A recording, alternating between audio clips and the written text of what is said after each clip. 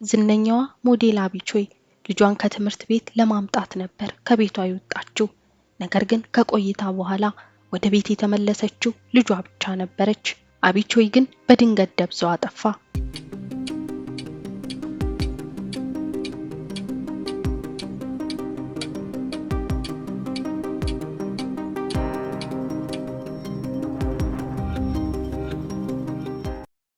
አቢቾይ በ1994 ጁላይ 11 በሆንግ ኮንግ ነበር የተወለደችው። አቢ ከተወለደች ከተወሰነ ጊዜያት በኋላ እናትና አባቷ ፍቺ ይፈጽማሉ። ከዛም ታዲያ የአቢ እናት ሌላ ሰው ታገባለች። ታዲያ ሁለቱ በግንባታና ማዕድን ማውጣት ዘርፍ ላይ ተሰማርተው በሜንላንድ ቻይና ትልቅ ድርጅት መሰረቱ። በዚህም አቢቾይ የገንዘብ ችግር የማይኖርበት የሀብታም ቤተሰብ ውስጥ እድገቷን ቀጠለች። አቢ ነፍሷ ይበልጥ የሚሳብበትን የፋሽን ሙያን ለመጀመር ተማሪ ሳለች ጀምሮ ጥረቷን ታደርግ ነበር። በትምህርት ቤት ውስጥ በሚካሄዱበት የተሰጥኦ ውድድሮች ወይም ሌሎች ዝግጅቶች ላይ ቀዳሚ ተሳታፊ የሆነች በትናንሽ መድረኮች ላይ በራስ መተማመኗን የሚያዳብር እንቅስቃሴዎችን ታደርግ ጀመር። ጁን 2012 ዓ.ም አቢ በኢንስታግራም ላይ በምትለቃቸው ፎቶዎች ብቅ ማለት ስትጀምር የፋሽን ኢንዱስትሪ ተጽዕኖ ፈጣሪ ለመሆን ፈር ቀደደ አጋጣሚ ሆነ። በማህበራዊ ሚዲያዎች ላይ የምትለቃቸው የተለያዩ የማስታወቂያና የግል ፎቶ እንዲሁም ቪዲዮዎች በፍጥነት የተከታዮቿን ቁጥር እየጨመረ መጣ። የአጋጣሚ ታዲያ አቢን ሌላ እድሎች ይዞላት መጣ። ይህም የተለያዩ ታዋቂ ብራንድ ካምፓኒዎች ከሷ ጋር ለመስራት ጥያቄ ያቀረቡላት አጋጣሚዎች ተፈጠሩ።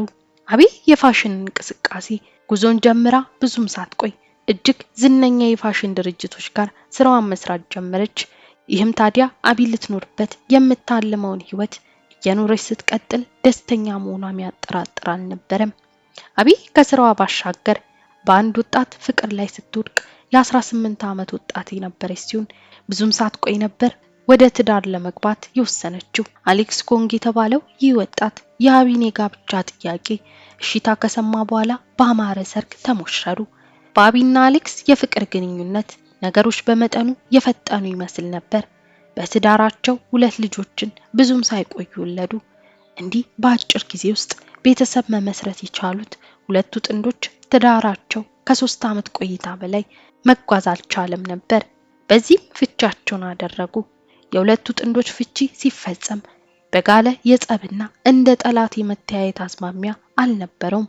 ይልቁንም አቢ አሁንም ከተፋታችሁ ባሏና ከሱ ቤተሰቦች ጋር መልካም የሆነውን ግንኙነቷን አስቀጥላ የራሷን ህይወት መምራት ጀመረች።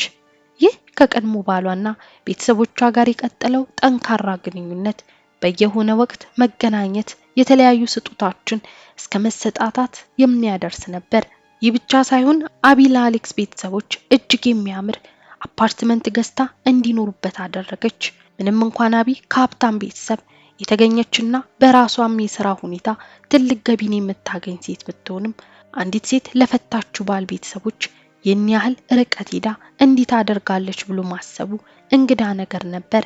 አቢ ከቀድሞ ባሏና ቤተሰቦቹ ጋር ያላት ግንኙነት እንዳማረ ሳይጎረብጥ ሌላ የፍቅር ግንኙነት ጀመረች። በዚህም ታዲያ ክሪስቲያን ፎንግቹን የተባለ እጅግ የተዋጣለት የቢዝነስ ሰው ጋር ሌላ ትዳር መሰረተች። ይህ ትዳርም ታዲያ 2 ልጆችን በማፍራት እያማረ መጣ። አቢ ከአዲሱ ባሏ ጋር የወለደቻቸውን 2 ልጆች ጨምሮ የ4 ልጆች እናት ሆነች። በዚህም አቢ የፋሽን ሙያዋን ልጆችን ማሳደግ በአንድ ላይ ለማስኬት ትጥር ነበር። አቢ ከቀድሞ ባሏ ቤተሰቦች ጋር ያላት ግንኙነት ጠንካራ መሆኑ አንዱ ማሳያ የቀድሞ ባሏን ወንድም ሹፌሯ አድርጋ ነበር የምትንቀሳቀሰው። በጊዜው ስራ አጥ መሆኑና ህይወቱን ለመምራት እየተቸገረ በመሆኑ ገንዘብ የሚያስገኝለት ስራ ለመስጠት በማሰብም ጭምር ነበር ሹፌሯ አድርጋ የቀጠረችው። ይህ የቀድሞ ባሏ ወንድም ታዲያ በኢንስታግራም ገጹ ላይ ከአቢ ጋር የተነሳችውን ፎቶዎች እየለቀቀ እህቴ የሚሉ ቃላትን እየተጠቀመ ይገልጻት ነበር። አቢ የራሷም ሀብት ከባሏ ጋር ተደምሮ እጅግ የተንደላቀቀ ህይወትን ከአራቱም ልጆቿ ጋር ታሳልፍ ነበር። የአቢ የቀድሞ ባል ቤተሰቦች በተለያየ ምክንያት የተለያየ ችግር ነበረባቸው።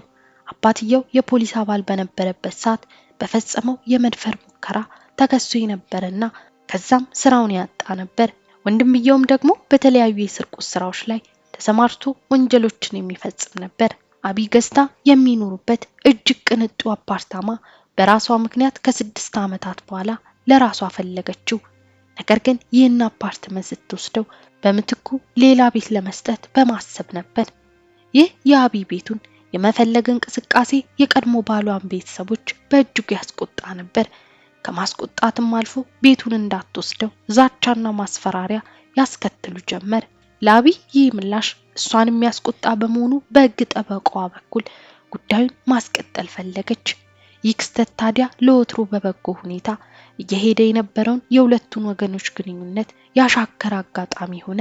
ዕለተ ማክሰኞ ፌብሩዋሪ 21 2023 ዓ.ም ከሰዓት በኋላ ልጇን ከትምህርት ቤት ለማምጣት በሚል ከቤት ወጣች። ከቆይታ በኋላ ልጇ ብቻዋን ወደ ቤት መመለሷ ቤተሰቦቿን ያሳሰበ ጉዳይ ነበር። የስልክ ጥሪም መልእክትም አለመመለሷ ያሳሰባቸው ቤተሰቦቿ ለፖሊስ ሪፖርት አደረጉ። በዚህም በይፋ አብይን የመፈለግ ዘመቻ ተጀመረ። ፖሊስ የጠፋችውን አብይን ለማግኘት ሙከራ ሲጀምር ለመጨረሻ ጊዜ የታየችበትን የደህንነት ካሜራ ቅጂ በማየትና ለመጨረሻ ጊዜ የገባችበትን መኪና በመለየት ጂፒኤስን በመጠቀም የደረሰችበትን ቦታ ለመለየት ጥረት ያደርጉ ነበር።